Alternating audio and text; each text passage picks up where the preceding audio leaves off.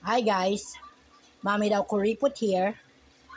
Eto, nagsaing na ako ng ganito karaming kanin kanina.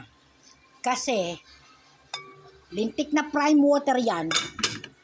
Lagi na lang wala kaming tubig. Ang hirap-hirap magsaing, ang social ko tuloy, mineral water pa pinangsasaing ko. Mariosep.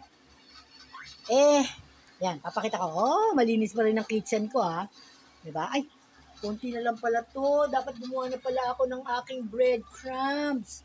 Anyway, yan. Naiirita nga ako. Kaya napipilitan tuloy ako magsaing ng madaling araw ng ganyang karami.